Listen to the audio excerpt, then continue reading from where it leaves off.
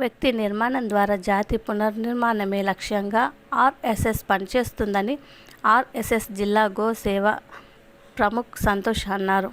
శుక్రవారం మధ్యాహ్నం 12 గంటలకు జగిత్యాల పట్టణ పోచమ్మవాడ బస్తీ ఆధ్వర్యంలో విజయదశమి ఉత్సవాన్ని నిర్వహించారు. ఈ కార్యక్రమంలో ప్రధాన వ్యక్తిగా పాల్గొన్న సంతోష్ మాట్లాడుతూ, సంఘటిత హిందూ సమాజంతోనే దేశం అభివృద్ధి జరుగుతుందని, దీనికోసం ఆర్ఎస్ఎస్ గత 100 సంవత్సరాలుగా కృషి చేస్తుందని అన్నారు. 1925 సంవత్సరంలో విజయదశమి రోజున పూర్లో డాక్టర్ హెగ్డేవార్ ఆర్ఎస్ఎస్ను కేవలం కొద్దిమంది పిల్లలతో ప్రారంభించారని, ఎన్నో ఇబ్బందులు, నిర్బంధాలను ఎదురించి ఈ 100 సంవత్సరాల కాలంలో సంఘం ఎన్నో విజయాలు సాధించిందని, సంఘటిత హిందూ సమాజం కోసం నిత్య శాఖ ద్వారా కృషి చేస్తుందని వివరించారు.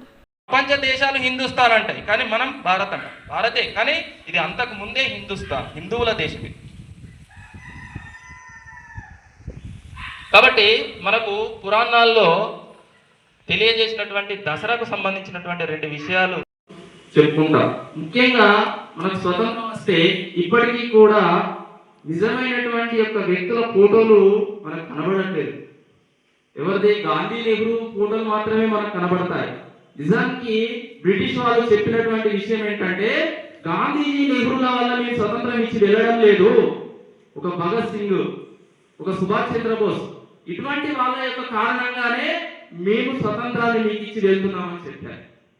మన దురదృష్టం ఏంటంటే, ఇప్పటికీ కూడా మనము గాంధీజీ, నెహ్రూల ఫోటోలు పెట్టుకొని వాళ్ళను మాత్రమే గుర్తు చేసుకుంటాం. కానీ సుభాష్ చంద్రబోస్, భగత్ సింగ్, రాజ్గురు, సుఖ్దేవ్ లాంటి యొక్క వాళ్ళ బలిదానం కారణంగానే మనకు స్వతంత్రం వచ్చింది అనేటువంటి విషయాన్ని మనం గుర్తెరగాల్సినటువంటి అవసరం ఉంది. ఒకసారి సత్యరాజమణి అనేటువంటి ఒక చాలా పెద్ద కుటుంబం, కొన్ని కోట్లకు సంబంధించినటువంటి ఒక చాలా కోటీశ్వరరావు అనేటువంటి కుటుంబం. అప్పుడు బ్రిటిష్ కాలంలో వాళ్ళ ఇంటికి గాంధీజీ గారు వెళ్తారు. గాంధీజీ వెళ్తే అక్కడ ఉన్నటువంటి ఆ యువతి పట్టించుకోదా, ఆ గాంధీజీని పట్టించుకోకుండా పుస్తకాలతోటి ప్రాక్టీస్ చేస్తూ ఉంటుంది. ఏందమ్మా ఏం చేస్తున్నావు అని అడిగితే, నా దేశం నుంచి బ్రిటిష్ వాళ్ళను వెళ్ళగొట్టడం కోసము నేను గన్ ప్రాక్టీస్ చేస్తున్నా అని చెప్పేసి ఆ సత్యరాజమణి గారు చెప్తారు. వారిని పట్టించుకోకుండా ప్రాక్టీస్ చేస్తూ ఉంటుంది. కానీ వాళ్ళ ఇంటికి సుభాష్ చంద్రబోస్ వస్తాడు.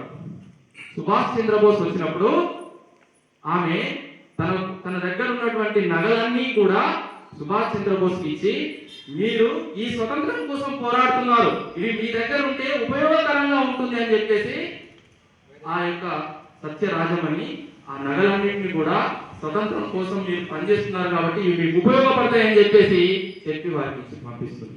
నేను కూడా ఈ యొక్క స్వతంత్రోద్యమంలో మీతో పాటు భాగస్వామ్యం అవుతాను, మీతో పాటు పనిచేస్తాను అని చెప్పేసి తనతో ఉన్నటువంటి మిత్రులను మారు వేషం లోపల బ్రిటిష్ వాళ్ళ దగ్గర పనిచేస్తుంది.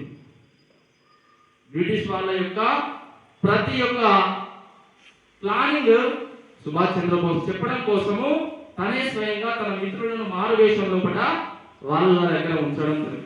ఒకరోజు ఆ మారువేషాన్ని గుర్తించినటువంటి అక్కడ ఉన్నటువంటి ఒక బ్రిటిష్ అధికారి ఆమెను పట్టుకొని ఆమెను చిత్రహింసలు పెడతారు. చిత్రహింసలు పెడుతున్నటువంటి సందర్భంలో కూడా ఆమె ఒక తినేటువంటి పదార్థంలో ఆ యొక్క బ్రిటిష్ అధికారికి అందు ఇచ్చేసి అతన్ని స్పృహ కోల్పోయేటట్టు చేసి ఆమెను విడిపించి తీసుకెళ్తున్నటువంటి సందర్భంలో చాలా దూరం పరిగెడుతున్నటువంటి సందర్భంలో కూడా ఆమె కాలికి తూటా తలుగుతుంది. ఆ తూటా తలిగి ఇంకా పయనిస్తూనే ఉంటుంది. ఒక కొద్ది దూరం పయనించగానే ఒక చెట్టు మీదకి ఎక్కుతున్నారు. చెట్టు మీదకి ఎక్కేసి ఒక 3 రోజులు ఆ చెట్టు మీదనే ఉంటుంది. 3 రోజులు ఆ చెట్టు మీద ఉన్న తర్వాత వాళ్ళు ఎవరు వీరికి రాని సందర్భంలో ఆమె తిరిగి వెళ్ళిపోవడం జరుగుతుంది. ఆ విధంగా మొన్నటికి మొన్న ఈ విషయం తెలియడం. కాబట్టి మనకు తెలియకుండా స్వతంత్రోద్యమంలో మహిళలు కావచ్చు ఎంతో మంది తమ యొక్క రక్తాన్ని పడిచి మనకు స్వతంత్రాన్ని ఇచ్చారు.